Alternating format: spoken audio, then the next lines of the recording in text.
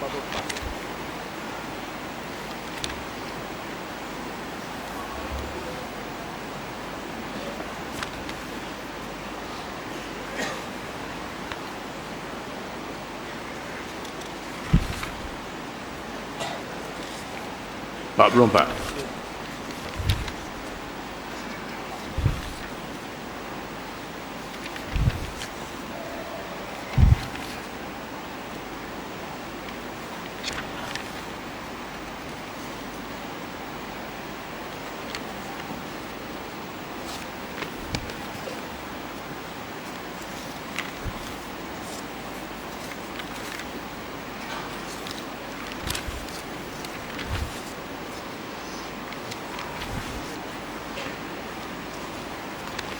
أعوذ بالله من الشيطان الرجيم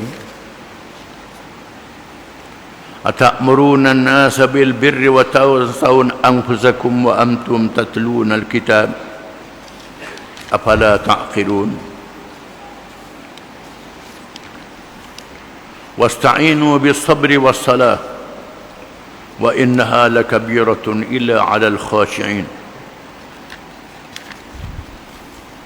الذين يظنون أنهم ملاقو ربهم وأنهم إليه راجعون.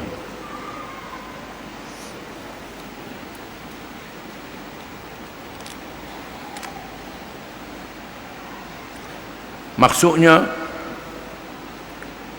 patutkah kamu menyuruh manusia supaya berbuat kebaikan sedang kamu lupa akan diri kamu sendiri, padahal kamu semua membaca kitab Allah? Tidakkah kamu berakal? Dan mintalah pertolongan kepada Allah dengan jalan yang sabar dan mengerjakan sembahyang. Dan sesungguhnya sembahyang itu amatlah berat kecuali pada orang-orang yang khusyuk, yaitu mereka yang percaya dengan yakin bahawa mereka akan bertemu Tuhan mereka dan bahawa mereka akan kembali kepadanya.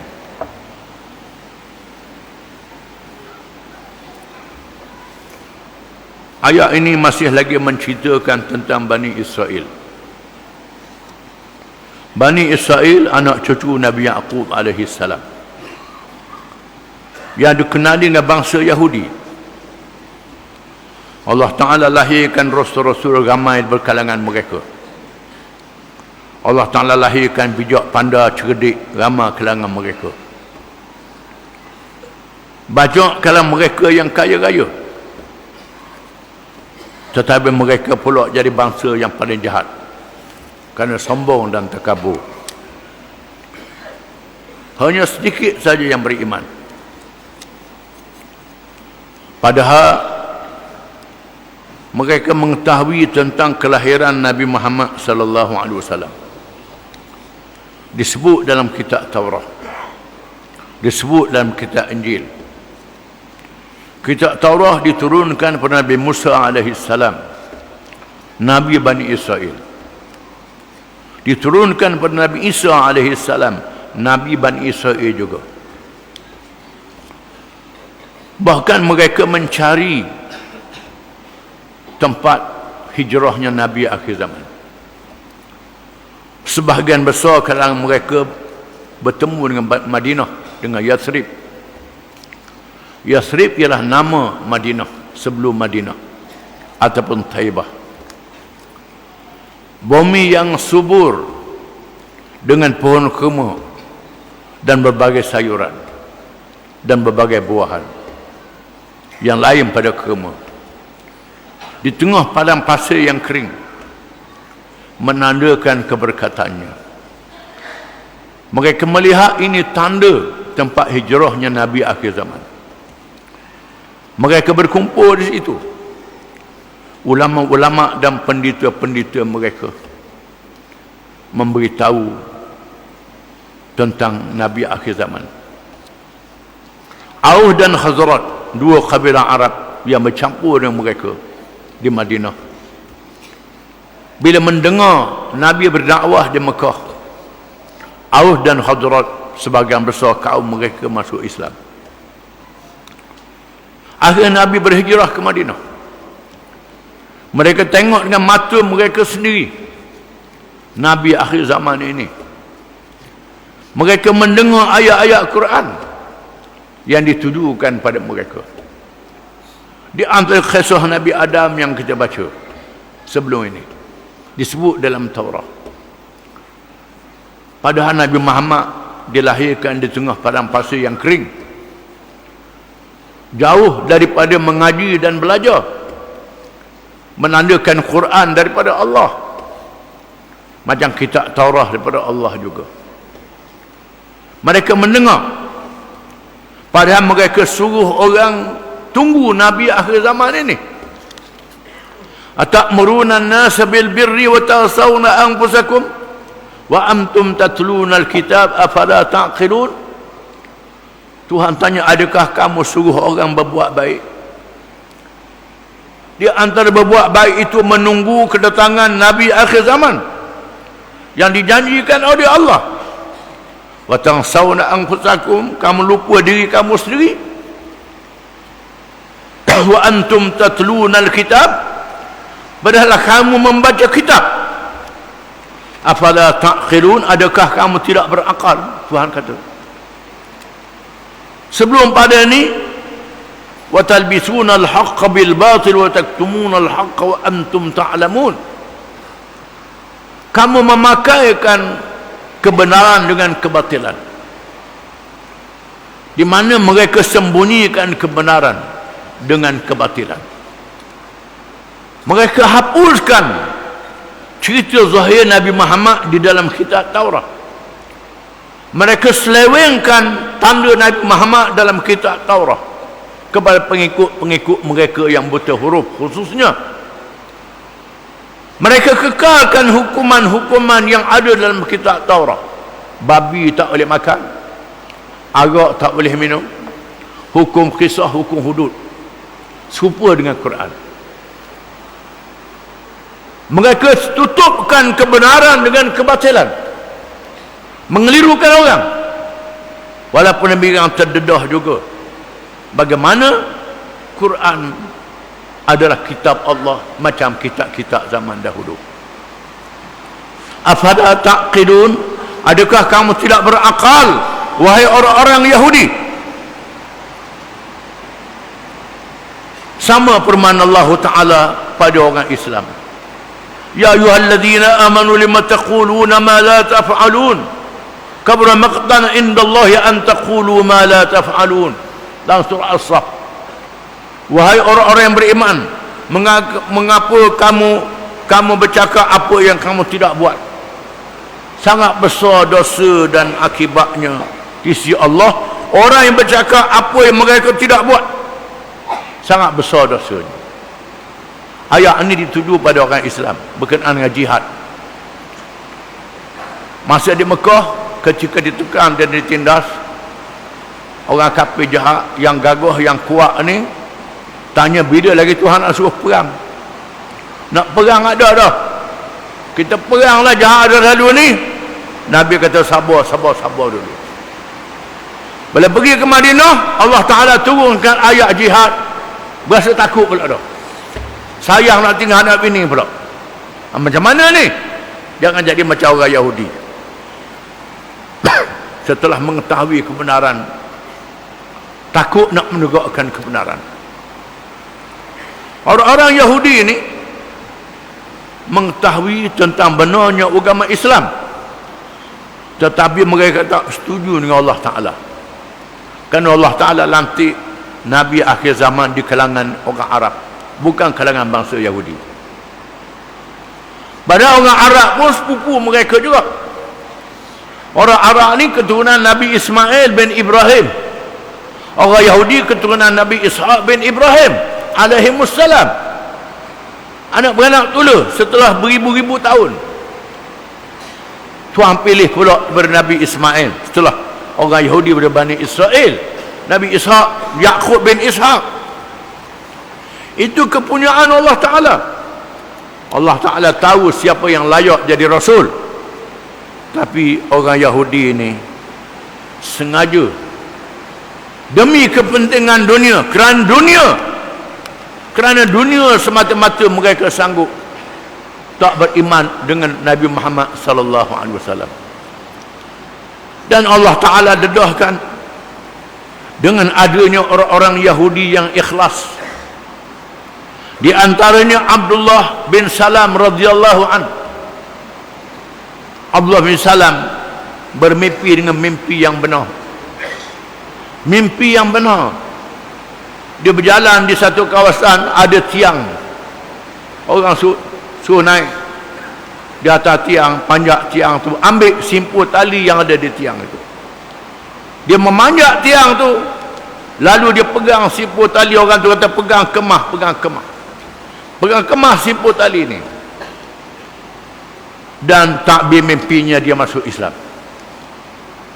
Abdullah bin Salam yang ditugaskan bertemu dengan Nabi sallallahu alaihi wasallam.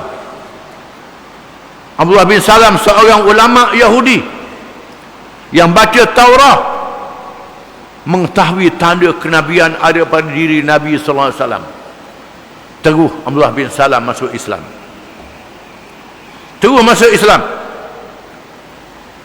dan mendedahkan pada orang Yahudi, ini Nabi sungguh, Rasul sungguh yang disebut dalam Taurat. Abdullah bin Salam dimaki hamun oleh orang Yahudi, termasuk Mukhairib, seorang Yahudi. Ketika Nabi SAW dalam kesusahan menghadapi peperangan Uhud, sebelum peperangan Uhud, Mekah nak diserang, Madinah nak diserang, Mukhairib datang bertemu dengan Nabi. Ya Rasulullah, saya nak masuk Islam, nak ikut Rasulullah berperang. Tanah-tanah saya, kebun-kebun saya wakaf fi sabilillah kalau saya mati, kata Mukhairib. Tiba-tiba Mukhairib ditemui di kalangan mayat yang mati syahid. Orang tak tahu dia masuk Islam. Nabi kata mayat ni masuk syurga. Nabi kata, orang tengok dia Yahudi macam mana masuk syurga. Mayat ni masuk neraka. Nabi kata dia ni belah dia orang Islam, macam mana masuk neraka. Disiasat rupanya hak yang berperang di bawah Islam tu dia dak Islam. Dia berperang di atas nama mempertahankan tanah air Madinah kerana dia orang Madinah. Orang Mekah mai serang Madinah ni kita lawan, bukan kerana Madinah Islamnya, bukan kerana Islamnya, kerana tanah airnya. Kalau tanah air Islam boleh tahanlah, ni kerana tanah air, bukan kerana Islam. Nabi kata masuk neraka. Mukhairib yang masuk Islam, orang tak tahu, Nabi kata masuk syurga. Ini Mukhairib. Nabi dak kata mu tak boleh jihad lagi, kena belajar mayang dulu. Tak ada nak mayang. Ada orang kata tak boleh, perjuangan Islam ni tak boleh, kena ngaji dulu. Itu tak betul. Mengaji sama dengan mengerjakan Islam, sekaligus menegakkan Islam. Tak boleh ditangguh-tangguh kerana kita tak tahu mati bila. Hadis ini menunjukkan bagi Mukhairib yang baru masuk Islam nak ikut perang Uhud, Nabi kata sila, mari ikut sekali. Tak ada nak semayang, tak ada nak semayang, mati dalam perang Uhud, masuk syurga Mukhairib. Ini dia. Ini kisah yang sangat menarik dalam peristiwa Uhud. Menunjukkan di sana ada orang Yahudi yang ikhlas mendedahkan benarnya Nabi Muhammad sallallahu alaihi wasallam. Sesungguhnya Allah Taala berfirman pada orang Islam, wasta'inu bis sabri was salah wa innaha lakabiratun illa 'alal khashi'in. Dan minta tolonglah kamu dengan sabar dan sembahyang, sesungguhnya ia perkara yang sangat besar, malaikat kepada orang yang khusyuk. Maka Nabi kita Muhammad sallallahu alaihi wasallam menghadapi ujian kejahatan orang kafir dengan sabar. Allah Ta'ala suruh Nabi sabar menghadapi ujian. Orang kata, orang hina, orang buat jahat, tengok orang dia tahu Islam ni betul, tambah ikut juga. Sudah tentulah betapa sakit hatinya, betapa sedihnya. Maka Allah Ta'ala suruh orang Islam bersabar. Bersabar menghadapi ujian itu, termasuk mereka yang beriman dengan Nabi SAW, bersabarlah kamu wahai orang-orang yang beriman. Bersabar. Termasuklah orang-orang Yahudi yang masuk Islam. Bersabar. Bersabar dan bersembahyang. Dalam sembahyang minta Allah Ta'ala beri hidayah ke jalan yang betul. Sudah ada jalan yang betul, kuat di atas jalan yang betul. Wa innaha lakabiratun illa 'alal khashiin. Sesungguhnya ini perkara yang sangat besar, malaikat kepada orang-orang yang khusyuk. Apa dia khusyuk itu? Ditafsirkan. Ini tafsirul Quran bil Quran.